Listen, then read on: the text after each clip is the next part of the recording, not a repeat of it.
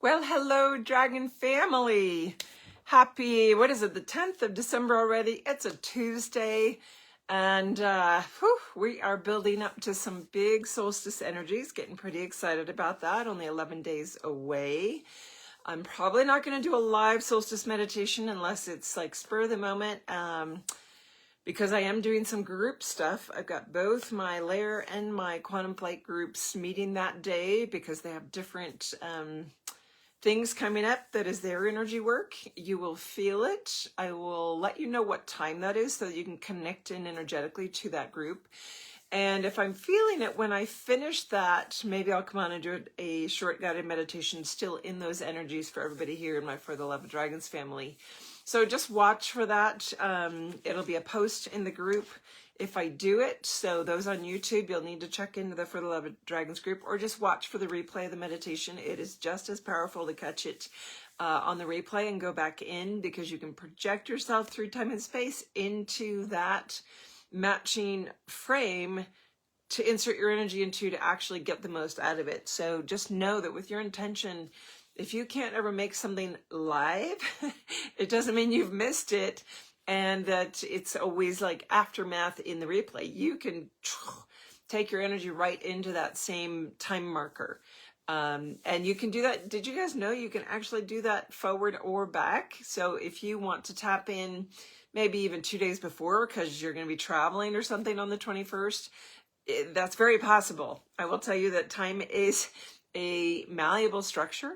We're learning to work with it. And what I love about this group, you guys are really evolving. And I can tell by the questions that get asked. I can tell in the emails that I get and the sessions that I've been having. Phenomenal where we're going with the amount of information coming through, how much higher octave it is, how much harder to explain it is, because we're getting into concepts and fields of potential that are definitely new, definitely expanding, and they're old in a way because we're getting back to origin points. And so it's very exciting for me to see that coming together and see where we're at with this ascension process. And this is going to be a big solstice, it's going to be big energy, and I'm super excited for this. Feels like another doorway completion point. It'll feel for some like a birthing portal moving into the next phase as everything aligns. I think it's Jupiter now has moved into Aquarius. And that's going to be full board, full frontal station as of March. So all the work we've been doing for all these decades is finally like culminating and moving into its next phase of expansion. And that is beyond exciting. So I have a great question this week. We've talked twice now about, it's an ongoing conversation about hybrid energy. And Gemma from Australia sent this in. So I'm going to read her question verbatim so that you guys can feel the whole question, and then we'll dive into it because it's more on this hybrid discussion. And she's one of my quantum flight people that I love to see even her own questions evolving and moving. She did the program, I want to say 1.5 years ago. And time is flying, you guys. Have you noticed, like today even, it's almost 2 o'clock. My intention was to come on around 11. And some days I have days, and I want you guys to pay attention to this because time is not operating the same way. You've noticed it about 3-4 years ago where it's wobbling, warping, shifting. Well, it's very much in these phases where I can wake up in certain days and it extends out before me where I can do a whole bunch of stuff and look up and it's been like 25 minutes. Or like tons of stuff and it's been maybe an hour, hour and a half. And the day just goes on and on and on. It keeps stretching out. Tons of stuff gets done. Things that would normally take a lot longer or take the whole day. And I find myself at 10 at night going, whoa, I got to look back all the way to this morning, past all the things that got done to realize like this is still the same day ongoing. And then others like today, quite literally, I don't know where the last 5 hours have gone from getting the morning started. And every single thing I did, I felt like I was in it for 5 minutes and looked up and another hour had gone by. So I'm in that where here it is 2 o'clock, but we're in the flow. It's beautiful. This is the perfect time to have this discussion. And that's another piece of this evolution we're in. We are moving out of the constrictions of time and staying in that flow, regardless of what time is doing. Maybe it's one of those days where you're like, whoa, I expected to get a lot more done and it's flying and woo, what's going on? You got done exactly what you're supposed to in that day. Everything is divine. So everything that maybe had been hoped for or you had intended that morning, you didn't get to it, it's not a big deal. It will come into its perfect divine timing, and let that be just in flow. I know that I used to be a list and whiteboards and controlling, like, gotta get this done. I can't go to bed till this, and this are done. And it's been a really beautiful shift over the last 7 years of the dragons working with me into that flow, into like, you know what, that can go to maybe another day. This doesn't really need to be done. Look how quickly this got done. So just trust the timing on things. So let's dive into this question. So Gemma from Australia asks, what is the difference between hybrid energy, which is what we've been discussing, and shape-shifting beings who have lived many, many lifetimes in all sorts of fields of potential and have evolved to embody all the energies of their lifetimes? So let's look at that and break it down into the basic questions. What's the difference between hybrid beings and those that can shapeshift? Shape-shifting beings that, because they've evolved into so many things, they've mastered certain things, they are capable of moving in and out of forms very quickly and easily. So hybrid beings that we've been discussing are soul structure. At your core level, you are a blend of energies. So a hybrid in that situation is at soul structure, maybe, I think I shared one last week, it was both dragon, Lyran, and starlight. Actually, all three. There were three components in their soul structure energy that were dragon, Lyran, and starlight. I've met others that were dragon and winged lion. I've met others that were unicorn, and I believe it was dragon. I've met direct unicorns as well. So the hybrid energy is your base core structure that came from two different fields, not colliding, but collaborating to bring in a new form. Those are hybrid energies. Now, shape-shifting energies, beings that can shape-shift, they may be hybrids at their soul level structure, but they may have gone through so many incarnational experiences in so many fields of potential. And I love even that you recognize that question, because I was just writing about it in the material of the new book this week, talking about all the different fields of potential that are even possible for incarnating into and experiencing. So those fields of potential, those experiences on soul level, and these beings that have mastered those have indeed moved into the capacity, because of their extension into an experience within many, many different fields, particularly those that carry magic, like the dragons, that carry the capacity for shape-shifting to a higher degree. So on soul level, we have lots of different characteristics. Imagine all these little toggle boxes. And in that toggle box, we either have that characteristic or we don't, and we have it to varying degrees. So if you think about it like the transparency field, say in Photoshop, of a color layer, you can have 1% opacity all the way up to 100% opacity. So all these different characteristics are either toggled on or off, and then in varying degrees, which makes all these combinations of unique souls, right? So some are born and created, I should say, with the ability to shapeshift inherently part of their field, that they transition into that ability from the get-go, from early on. They have that capacity. Dragons have that. I feel like all of the beings in the rainbow realms have that, because the dragons helped seed and create the rainbow realms, and magic was one of the things infused within that. That's the ability to shapeshift. So that doesn't mean other beings can't learn that. If they have it in their field, particularly, say they have it at about 40%, it might take them multiple different experiences in different fields within those planes where it's very high percentage to actually take it in and embody it to be able to do so. But that's something they master. And so the question when she's talking about shape-shifting beings who've had all kinds of lifetimes, mastered all kinds of things, they may have needed all those lifetimes to be able to shapeshift. Or they may have been, that may have been one of their core characteristics. But those beings at their soul level, they may or may not be hybrids. So hopefully the difference is making sense, that a hybrid structure can be your core level, that's the beings we've been talking about. They may or may not be imbued with shape-shifting capacities, but they may go on, if they're not, they may go on and incarnate into multiple different or extend into multiple different frames of experience in order to gain that capacity, to learn that skill. It's just like learning teleportation, learning some of the higher universal physical principles. You learn how to do it. And then there are others that when we experience them, so there are beings that come around and help us, and they shapeshift around us. They, maybe they go from dragon to angelic or vice versa, when we know it's the same being and yet they're presenting a different form because they have different information for us, and that form better matches it, or better matches us hearing that information, us being able to receive it, and maybe helping remind us of our own capacities. So those beings that have evolved so when we get to the capacity, and I'm going to read her wording again because it's very specific. They've had lifetimes in all sorts of fields of potential and have evolved to embody all of the energies of those lifetimes, of their lifetimes. So shapeshifters aren't the only ones that can embody all of their lifetimes and reach that completion. That's actually what we're doing as we go through an ascension process. And it has to be in the field that you're experiencing. So I may have already known how to ascend. I may have shape-shifting capacity. Being from the dragon realms, in my soul level structure, I might have all that capacity. But being down in this perspective point in 3D, I am in a place where I've got to remember all that. I've got to break through the veils. I've got to get access to all that.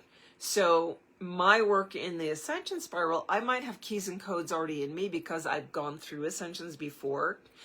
All of those that have are the ones that volunteered to be here at this time, embodied on the planet, because we carry those keys and codes to help kick it through for the human collective, for Gaia's body and her field of collective beings on her, to reach that it opens the field of potential. Whether all of humanity goes through or not, it opens that field as a passageway forward into different evolutionary spirals and opportunities in the earth plane.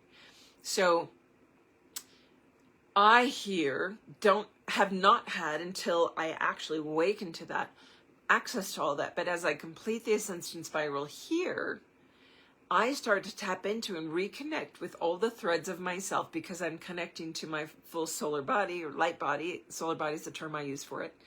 So I'm connecting to that, and in so doing, that branches me into every single incarnational aspect I have currently in play, and all of my Akashic records from any that have completed, or that, long or short, they're encoded in my Akash. That means I have access to them. So that's the full embodied ability that she's mentioning, where they have evolved to embody the energies of all their lifetimes. You may have already evolved to do that in a different system, and you chose to come to Earth. And in the earth plane, everything's forgotten. It's a new veil. It's a lower dimensional framework. Maybe you've been in a 3D in a different system that was subtly different, maybe had some different rules and laws like gravity, whatever. So here we are on this plane. We're going to have an easier time getting there, which is why we volunteered to come, because we're the ones that can actually make it through, so that everybody that originates from earth plane has an opportunity to get to those spirals, to get to that experience. So hopefully that's making sense, because it's not a black or white. There are multiple layers to the question and multiple levels based on what your original form structure is. You may be a singular form structure that has shape-shifting capacity, that then goes and experiences and chooses to have an incarnation in a system that is a hybrid, because you want to experience what is that like. Even, I would say, cross-cultural things here in the United States, or not in just the United States, but globally, we have a lot of what you might call cross-pollination or cross-cultural mergings to create beings that are, quote, hybrid, or I'm trying to remember the specific term here in humanity, and I'm blanking on it, of we're not just one or the other. Especially in today's melting pot, we have multiple strains of genetics now. And that those are all sort of like hybrid. It's like bringing that in, and that's an experience that is very different than maybe coming into a specific cultural pocket in the globe at any point in the timelines. And so it's not limited to you can't only have a hybrid experience if you're created at origin point as a hybrid. You can actually be a singular type of energy and then come into other systems and experience hybrid so that you expand into those levels of experience. So I love the question. I'm sure it's kicking into gear, some deeper contemplations, some more questions. Please email me those or post them in the comments, either here or on the YouTube as I post it, because this continues that discussion. And I love that this discussion has taken a turn into such high level thinking, into high level, like really grasping and opening to what is the greater field of potential that I want to understand. I want to remember it. I want it back. And we get there by asking these questions. I've shared with you guys before, you guys ask questions that maybe don't rise for me. But as you do, it brings through a stream of information that helps all of us open up to like, oh yeah, I hadn't really considered that before. It wasn't a question that came to me. I was, I've got a lot of knowledge about it possibly, but it wasn't in my frame as my human self to go there with it. And so keep feeding those questions when they rise up, or you're sitting with, well, she mentioned this, what about this? Because it just is going to keep expanding all of us. So moving into that energy, I am going to take next week off. We are traveling. I get back the day before the solstice so that we're in place for some very big completions and energies and portals on the solstice. I got to say, I'm enjoying that we're that close to going back towards more daylight, because this dark winter, I could never live up in Alaska and the northern frontiers of Canada, because daylight is just too precious to me. I would have a hard time being in dusk for a couple hours and then darkness again. I think my true dragon nature of wanting to be in a cave would kick in and I'd never leave my house. So one of the things I do want to do today, since I'm gone next week, is take a few minutes here to get a reading. We're going to pull a card from the deck connected to these 11 days of preparation, moving into the solstice. The energy that is present, that wants to speak and holds a message for everyone on the call. Hello, and I see Kathy right there. That's the only line I can see right now, but I see several of you on. Correct that, I should say Kate. All those that are catching this now and on the replay, both here in the Facebook group and on the YouTube channel. The dragon that would like to speak clearly and directly to us. What is the message here as we move into preparation and reception, opening, building towards the solstice portal on the 21st of December?